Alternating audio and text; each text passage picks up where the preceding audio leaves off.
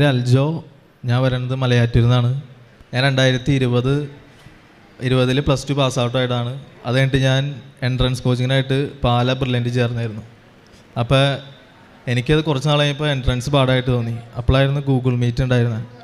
അപ്പോൾ ഞാൻ Google meet കയറിയായിരുന്നു. അപ്പോൾ അച്ഛനായിട്ട് സംസാരിക്കാൻ പറ്റി. അപ്പോൾ അച്ഛൻ എൻ്റെ അടുത്ത് പറഞ്ഞു, ഞാൻ പറഞ്ഞു IELTS അതായിരുന്നു എനിക്ക് ആഗ്രഹം. പിന്നെ ഈ കോവിഡ് ആയതുകൊണ്ട് എല്ലാ രാജ്യങ്ങളും അടച്ചു കഴിഞ്ഞപ്പോൾ വേറെ വഴിയില്ലാത്തതുകൊണ്ട് അപ്പോൾ ഞാൻ എൻട്രൻസിന് പോയി.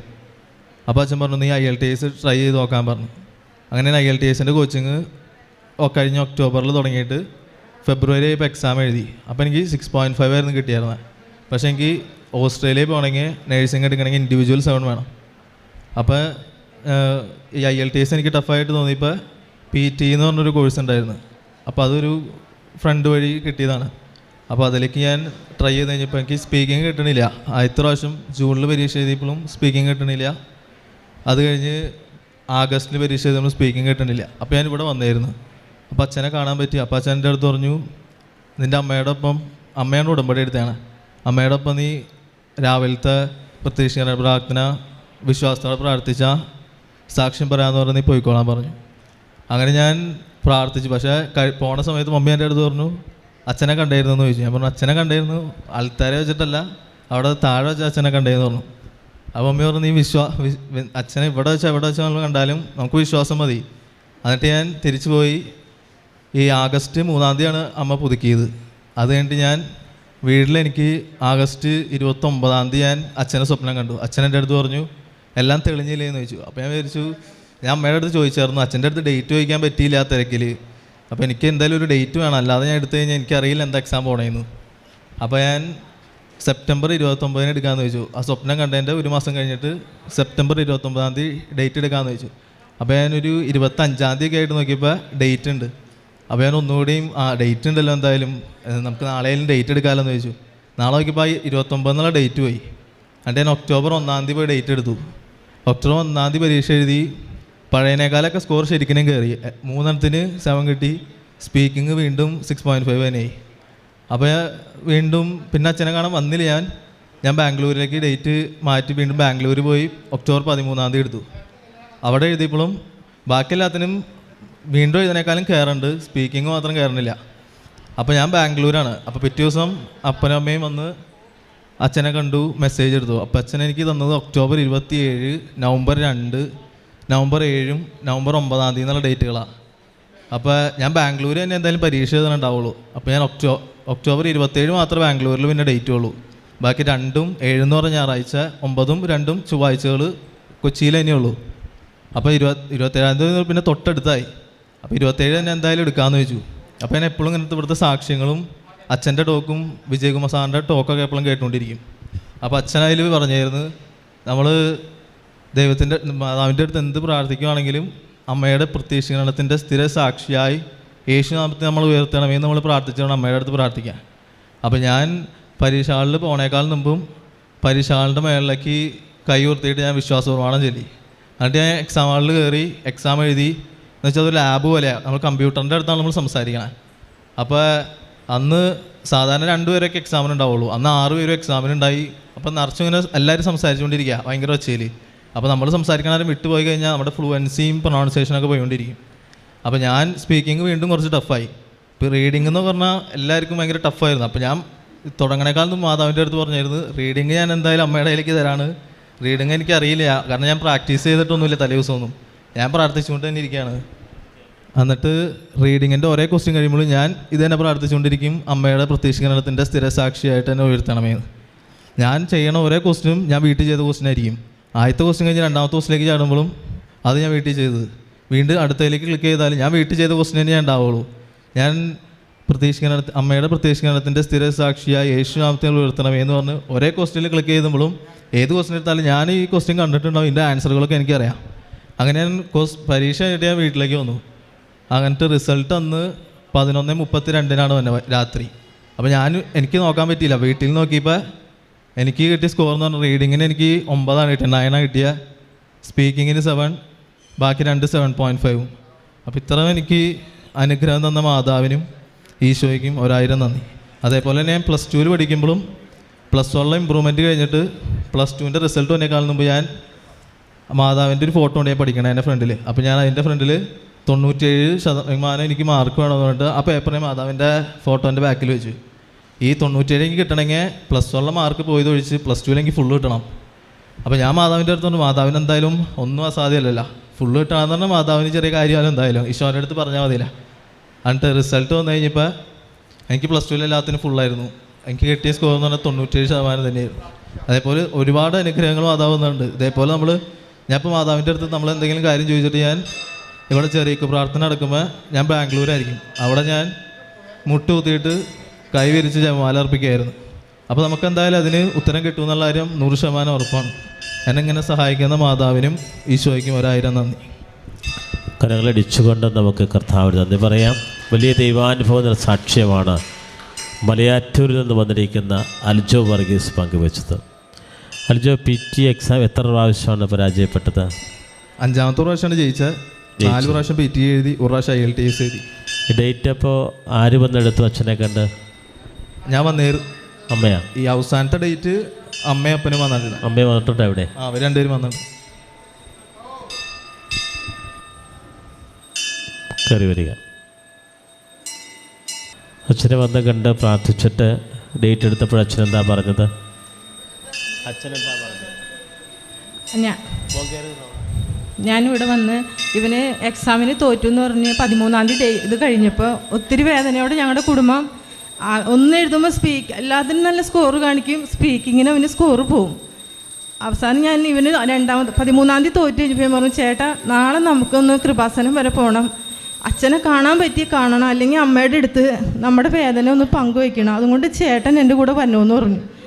അങ്ങനെ ഞങ്ങളിവിടെ വന്ന് ഇപ്പോൾ അലോഷി ബ്രദറിൻ്റെ അടുത്ത് പോയി ഇപ്പോൾ ചോദിച്ചപ്പോൾ ബ്രദർ പറഞ്ഞു അച്ഛനെ കാണാൻ ചീട്ട് എടുക്കണമെന്ന് പറഞ്ഞു. ചീട്ട് എടുത്തു. എനിക്ക് കിട്ടിയത് 1ാമത്തെ നമ്പറാണ്. ഞാനും ചേട്ടനും ഇവിടെ ഫ്രണ്ടിൽ 1ാമത് വന്നു നിന്നു. ഞാൻ അച്ഛൻ്റെ അടുത്ത് പ്രാർത്ഥിച്ച് പറഞ്ഞു, എൻ്റെ മോൻ്റെ വിദ്യാഭ്യാസ മേഖലയിലുള്ള തടസ്സങ്ങൾ അച്ഛാ എനിക്ക് എന്താണെന്ന് അറിയണില്ല, സ്പീക്കിങ്ങിനാണ് അവനിങ്ങനെ പോണേന്ന് പറഞ്ഞു. അങ്ങനെ ചേട്ടനും ഞാൻ നിന്നു. അച്ഛൻ്റെ അടുത്ത് ഞാൻ പറഞ്ഞു, അച്ഛൻ പ്രാർത്ഥിച്ചു, മെസ്സേജ് എടുത്തു. മാതാവിനോട് പ്രാർത്ഥിച്ച് കഴിഞ്ഞതിന് ശേഷം അച്ഛൻ എന്നോട് പറഞ്ഞു, ഞാൻ അച്ഛനോട് പറഞ്ഞു, അച്ഛാ അവൻ എന്നോട് പറഞ്ഞു ഒരു ഡേറ്റ് എനിക്ക് വേണം, അച്ഛൻ പറയണ ഒരു ഡേറ്റിൽ എനിക്ക് തരണമെന്ന് പറയാൻ പറഞ്ഞു. അങ്ങനെ അച്ഛൻ എനിക്ക് 27-ാം തീയതി ഒരു ഡേറ്റ് തന്നു കഴിഞ്ഞപ്പോൾ ഞാൻ എൻ്റെ മോനോട് പറഞ്ഞു, മോനെ 27-ാം തീയതിയാണ് അച്ഛൻ ഡേറ്റ് തന്നേണേ, ആ ഡേറ്റിൽ നീ എടുക്കുമെന്ന് പറഞ്ഞു. അങ്ങനെ ഞങ്ങൾ എടുത്ത് 27-ാം തീയതി എക്സാം എഴുതി. അവൻ നല്ലൊരു സ്കോറോടുകൂടി ഞാൻ ആദ്യം തന്നെ അച്ഛനോട് പറഞ്ഞു, അച്ഛാ എനിക്ക് ഈ കൃപാസന അൽത്താരയിൽ വലിയൊരു സാക്ഷിയായി ഞങ്ങളുടെ കുടുംബത്തിനെ ഇവിടെ ഉയർത്തണമെങ്കിൽ അമ്മ ഒരിക്കലും വലിയൊരു അനുഗ്രഹം തരണം, അതിന് ഞങ്ങൾ വൈകാതെ തന്നെ അമ്മയുടെ നടയിൽ വന്ന് ഞങ്ങൾ സാക്ഷ്യം പറഞ്ഞേക്കാമെന്ന് ഞാൻ നേർന്നായിരുന്നു. അതിൻ്റെ ഇടയിൽ അച്ഛൻ ആദ്യമായി ഞങ്ങളെ കാണാൻ വന്നപ്പോൾ അച്ഛൻ പറഞ്ഞു, എന്നെ കാണണമെന്നില്ല, നിങ്ങൾ അൽത്താരയിൽ മാതാവിനെ നോക്കിയിട്ട് ഞങ്ങൾ ഈ അൽത്താരയിൽ വന്ന് സാക്ഷ്യം പറഞ്ഞേക്കാം എന്ന് മാത്രം നിങ്ങൾ ഉള്ളിൽ ആഘാതമായി വിശ്വസിച്ച് പറഞ്ഞാൽ മതി എന്ന് പറയാണ്. ആ പ്രത്യാശ കൈവിടാതെ ഞങ്ങൾ ഇവൻ്റെ എക്സാമിൻ്റെ ദിവസം 12:30 നേരത്ത് 4 മെഴുതിരി കത്തിച്ച് ഞങ്ങൾ 33 പ്രാവശ്യം പ്രത്യക്ഷീകരണ പ്രാർത്ഥനയും 33 പ്രാവശ്യം വിശ്വാസ പ്രമാണം ഞങ്ങൾ മുത്തുമ്പോൾ നിന്ന് ഞാനും എൻ്റെ ഭർത്താവും എൻ്റെ ഇളയ മകനും ഉണ്ടായിരുന്നു. ഞങ്ങളത് കത്തിച്ച് പ്രാർത്ഥന നിരതമായി അവൻ്റെ എക്സാം കഴിയണവരെ അത് ചെല്ലിക്കൊതിരുന്നു. അതിനുശേഷം ഞങ്ങൾ ജെറീക്കോ പ്രാർത്ഥനയിൽ ഞാൻ നേർന്നിട്ടുണ്ടായിരുന്നു. 27-ാം തീയതി എൻ്റെ വീടിൻ്റെ ചുറ്റും 7 പ്രാവശ്യം ചെല്ലുന്ന ആ കൊന്ത ഞാൻ അന്ന് നേർന്ന ദിവസമായിരുന്നു. ഭയങ്കര ഇടിവെട്ടും മഴയായിരുന്നു. പക്ഷെ ഞാനും എൻ്റെ ഇളയ മകനും കൂടി മാതാവിൻ്റെ രൂപം സിരിസ്വരൂപം ഇത് നേർന്നുകൊണ്ട് തിരിയും കത്തിച്ച് ഞങ്ങളത് ആ പ്രത്യക്ഷീകരണ പ്രാർത്ഥന, ആ ജെറീക്കോ പ്രാർത്ഥന ഞങ്ങൾ പൂർത്തീകരിക്കാനും മാതാവ് ഞങ്ങൾ അനുഗ്രഹിച്ചു. കരങ്ങളിടിച്ചുകൊണ്ട് നമുക്ക് കർത്താവിനെ സ്തുതിക്കാം.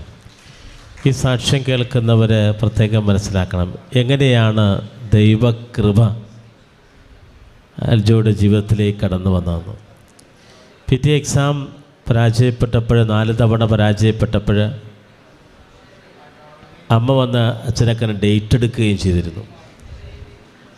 ഡേറ്റ് എടുക്കുകയും ചെയ്യുക മാത്രമല്ല, ഇതിനിടയിൽ അൽജോ ബഹുമാനപ്പെട്ട ജോസഫ് അച്ഛനെ സ്വപ്നത്തിൽ കണ്ടുവെന്നുള്ളതാണ്. അപ്പോൾ സ്വപ്നത്തിൽ കണ്ടു കഴിഞ്ഞപ്പോൾ അൽജോയ്ക്ക് വലിയ സന്തോഷമായി. സ്വപ്നത്തിൽ അച്ഛൻ എന്ത് പറയുന്നതായിട്ട് അൽജോക്ക് ഫീൽ ചെയ്തേ? സ്വപ്നത്തിൽ അച്ഛൻ എൻ്റെ വീട്ടിലുണ്ട്. എന്നിട്ട് അച്ഛൻ എൻ്റെ അടുത്ത് ഇങ്ങനെ തോളത്ത് തട്ടിയിട്ട് എല്ലാം തെളിഞ്ഞില്ലേന്ന് ചോദിച്ചാൽ, അപ്പോൾ ഞാൻ തെളിഞ്ഞു എന്ന് പറഞ്ഞു. എല്ലാം തെളിഞ്ഞില്ലേന്ന്, അതായത് എല്ലാം ക്ലിയർ ആയില്ലേ എന്നുള്ളത്. അച്ഛനെ സ്വപ്നത്തിൽ കാണുന്നതിന് കാരണമുണ്ട്. കാരണം ബഹുമാനപ്പെട്ട ജോസഫ് അച്ഛനാണ് പരിശുദ്ധമായ 2004 ഡിസംബർ 7 കൃപാസന അൾത്താരയിൽ പ്രത്യക്ഷപ്പെട്ടത്. ഇപ്പോൾ ഈ പ്രത്യക്ഷപ്പെടുമ്പോൾ മഹാദുരന്തത്തെ മുൻകൂട്ടി അറിയിച്ചുകൊണ്ട് സമയഘടികാരം നെഞ്ചിൽ ചാർത്തിയാണ് അമ്മ പ്രത്യക്ഷപ്പെട്ടത്. ഇപ്പോൾ ഈ പ്രത്യക്ഷപ്പെടൽ തന്നെ ലോകജനതയുടെ വിശ്വാസ സമൂഹത്തിന് വലിയ അനുഭവം അമ്മ നൽകുകയാണ്. ഇതുപോലെ ദുരന്തങ്ങളും ജീവിത വിഷമതകളും ജീവിതം അസ്തമിച്ചു നിൽക്കുമ്പോൾ അവർക്ക് പരിശുദ്ധമ്മ സമയബന്ധിതമായിട്ട് ഇടപെടുന്നത്.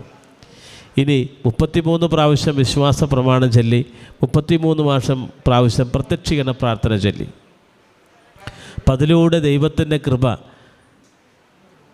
പരിശുദ്ധാത്മാവ് കൊടുത്തു. ഇനി അതുകൂടാതെ ആഗോള ജെറീക്കോ പ്രാർത്ഥന ചെയ്തു എന്നാണ് പറഞ്ഞത്. അതായത് ഒക്ടോബർ മാസത്തിൽ അവസാനത്തെ ആഴ്ചയിൽ കൃപാസനം ആഗോള ജെറീക്കോ പ്രാർത്ഥന നടത്തിയിരുന്നു.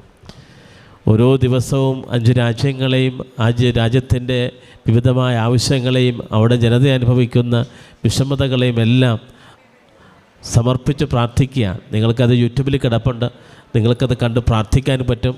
നിങ്ങളുടെ സഹോദരങ്ങളെ ബന്ധുമിത്രാദികൾ വിദേശത്തുണ്ടെങ്കിൽ അവരോട് പറയാൻ നിങ്ങൾക്ക് കഴിയും. വലിയ അനുഭവമാണ്. ഇപ്പോൾ ഇടിവെട്ടും മഴയുണ്ടായിട്ട് പോലും തിരികത്തിച്ച് പിടിച്ച് അമ്മയുടെ രൂപം വഹിച്ചുകൊണ്ട് ആ പ്രാർത്ഥന ചെയ്തെന്ന് പറയുമ്പോൾ അത് സമ്പൂർണ്ണ വിശ്വാസത്തിൻ്റെ മുദ്രയാണ്. അത് ദൈവത്തോടുള്ള വിശ്വസ്തയുടെ ഭാഗമാണ്. അതുകൊണ്ട് തന്നെയാണ് സമയബന്ധിതമായിട്ട് തന്നെ പരിശുദ്ധമ്മ അൽജോയുടെ ജീവിതത്തിൽ ഇടപെടുകയും വിജയം കൊടുക്കുകയും ജോലി കൊടുക്കുകയും കുടുംബത്തെ അനുഗ്രഹിക്കുകയും ചെയ്തത്. ഇതാണ് ഉടമ്പടിയുടെ പ്രത്യേകം. ഉടമ്പടി ചെയ്ത് കഴിഞ്ഞാൽ ദൈവം നിങ്ങളുടെ കൂടെ വരും, ദൈവത്തിൻ്റെ സാന്നിധ്യം വേണം. പുറപ്പാടിൻ്റെ പുസ്തകം 19 പറയും, അങ്ങനെ ഞാൻ നിങ്ങളുടെ ദൈവവും നിങ്ങളെൻ്റെ ജനവുമായി തീരും. അപ്പം അങ്ങനെ വലിയൊരു ദൈവാനുഭവമാണ് ഉടമ്പടി ചെയ്യുന്നതിലൂടെ ദൈവം കൊടുക്കുന്നത്. ഈ സാക്ഷ്യത്തോട് ചേർത്ത് ഇതുപോലെ ദുരിതം അനുഭവിക്കുന്ന എല്ലാവരെയും സമർപ്പിച്ച് പ്രാർത്ഥിക്കാം. യേശുവേ സ്തോത്രം, യേശുവേ നന്ദി, യേശുവേ ആരാധന. ഞങ്ങളിവിടെ ഈ 5 പ്രാവശ്യം ഇവന് പരീക്ഷ എഴുതി തോറ്റ് കഴിഞ്ഞപ്പോൾ 6ാമത്തെ പ്രാവശ്യം ഇവിടെ വന്നു കഴിഞ്ഞ് ഞങ്ങൾ തിരിച്ചു പോയി കഴിഞ്ഞപ്പോൾ എനിക്ക് തോന്നിയിരുന്നു ഇതിൽ വലിയ അർത്ഥവും കാര്യങ്ങളൊന്നും ഇല്ല. മാതാവിൻ്റെ അടുത്ത് സത്യം പറഞ്ഞാൽ ഞാൻ ഇവിടുന്ന് പോയത് ഇനി ഞാൻ തിരിച്ച് ഈ കൃപാസനത്തിൽ വരില്ല എന്നും പറഞ്ഞുകൊണ്ടാണ്. അന്ന് രാത്രി 27-ാം തീയതി രാത്രി എനിക്ക് ആഴ്ചയിൽ 2 ദിവസം രാത്രി കപ്പ വലിച്ച് ബാംഗ്ലൂർക്ക് കയറ്റി വിടുന്ന ഒരു പണിക്ക് പോകുന്ന ആളാണ് ഞാൻ രാത്രി കപ്പ വലിച്ചുകൊണ്ട് നിൽക്കുമ്പോൾ രാത്രി ഒരു 12 മണിയായപ്പോഴാണ് എൻ്റെ മകൻ എന്നെ വിളിച്ചിട്ട് പറഞ്ഞ, പപ്പ എനിക്ക് നല്ല മാർക്ക് കിട്ടിയത്. നമ്മൾ ആര് മുട്ടിപ്പായിട്ട് വന്ന് ഈ മാതാവിൻ്റെ അടുത്ത് വന്ന് കരഞ്ഞ് ചോദിച്ചിട്ടുണ്ടോ, അത് നമുക്ക് വാരിക്കോരിത്തരും എന്ന് ഞാൻ വിശ്വസിക്കുന്നൊരു വ്യക്തിയാണ്. അതുപോലെ തന്നെ നിങ്ങൾ ആരായാലും 1 പ്രാവശ്യം ഇവിടെ വന്നു നമുക്ക് കിട്ടിയില്ലെങ്കിൽ 2ാമത്തെ പ്രാവശ്യം മുട്ടിപ്പായിട്ട് ഈ മാതാവിനോട് പ്രാർത്ഥിച്ചോ, നിങ്ങൾക്ക് വാരിക്കോരിത്തരുമെന്ന് മാത്രമാണ് എനിക്ക് പറയാനുള്ളത്. കരങ്ങളടിച്ച് കർത്താവിന് നന്ദി പറയട്ടെ. വലിയ ദൈവാനുഭവമാണ്. ഇവിടെ വന്നപ്പോൾ വർഗീസ് പറഞ്ഞത്, ചായ പറഞ്ഞിട്ട് പോയത് ഇനി കൃപാസനത്തിൽ കാലുകുത്തുന്നുള്ളതാണ്. ഇപ്പോൾ നിൽക്കുന്നത് എവിടെയാണ്? പരിശുദ്ധ പ്രത്യക്ഷ അൾത്താരയിലാണ്. എന്നിട്ട് പറഞ്ഞൊരു കാര്യമുണ്ട്, ഇവിടെ വന്ന് പ്രാർത്ഥിച്ച് നിങ്ങൾ മുട്ടിപ്പായി പ്രാർത്ഥിച്ചോ, അമ്മ ചോദിക്കുന്നതെല്ലാം തരുമെന്ന്. ലൂക്കാ 7 നിങ്ങൾ ചോദിക്കുമെന്ന് ദൈവം നിങ്ങൾക്ക് നൽകും. അതിന് സാക്ഷിയാണ് വർഗീസ്. കരങ്ങളടിച്ച് കർത്താവിന് എന്ന് പറയാം. ഒരു കാര്യത്തോടെ എനിക്ക് പറയാനുള്ളത്, എൻ്റെ മകൻ ഒരു പ്രാവശ്യം പരീക്ഷ എഴുതാൻ പോകുമ്പോൾ 10-24,000 രൂപ എനിക്ക് ചിലവ് വരും. ഒരു കൂലിപ്പണിക്കാരന് 500 രൂപ കിട്ടിക്കഴിഞ്ഞാൽ നമുക്ക് ഒരു ടൈമിൽ ഒരു പൈസ അടയ്ക്കാനായിട്ട് ഞാൻ അത്രയും കഷ്ടപ്പെട്ടാണ് അവനെ വളർത്തിയതും അവനെ പഠിപ്പിച്ചതും. പക്ഷെ ഞാൻ പറഞ്ഞില്ലേ, ഞാൻ രാത്രി പണിക്ക് പോയിട്ടാണ് അവനെ പരീക്ഷ ഫീസ് അടയ്ക്കുന്നത്. അത് 1, 2, 3, 4, 5 പ്രാവശ്യം തോറ്റ് കഴിയുമ്പോൾ നമ്മൾ ആരായാലും എങ്ങനെ ചിന്തിക്കും? അത്ര തന്നെ ഞാനും ചിന്തിച്ചത്. അതുകൊണ്ടാണ് മാതാവിൻ്റെ മുന്നിൽ എനിക്ക് അങ്ങനെ ഒന്ന് തോന്നിപ്പോയത്. അതുപോലെ തന്നെ മാവിൻ്റെ അടുത്ത് നിന്ന് ഞാൻ പറഞ്ഞ ഒരു കാര്യം ഞാൻ പറയാൻ മറന്നുപോയി. ഉണ്ടല്ലോ, നിങ്ങൾ എൻ്റെ വിഷമം കണ്ടിരുന്നില്ല. ഞാൻ മാതാവിനോട് പറഞ്ഞു, ഇനി എനിക്ക് എൻ്റെ മോനിൽ കൂടി എനിക്കൊരു അടയാളം തന്നെ മാതാവെന്ന് ഞാൻ പറഞ്ഞിരുന്നു. അത് വേറെ ഒന്നുമല്ല, എൻ്റെ മോന് സന്തോഷമുള്ളൊരു വാർത്തയാണ് എനിക്ക് കിട്ടേണ്ടത്. 5ാമത്തെ പ്രാവശ്യം 5 പ്രാവശ്യം അവൻ PT എഴുതി, 1 പ്രാവശ്യം ILTC എഴുതി. എന്നിട്ടും അവൻ പരാജയപ്പെട്ടപ്പോൾ ഞാൻ പറഞ്ഞു, ഇനി എൻ്റെ മോനിൽ കൂടി എനിക്കൊരു അടയാളം തന്നാലേ ഞാൻ വിശ്വസിക്കുള്ളൂ എന്ന് പറഞ്ഞു. ആ അടയാളമാണ് ഈ നല്ല സ്കോറോടുകൂടി അവൻ പാസ്സായത്. കരങ്ങളടിച്ച് ദൈവത്തിന് പറയാം.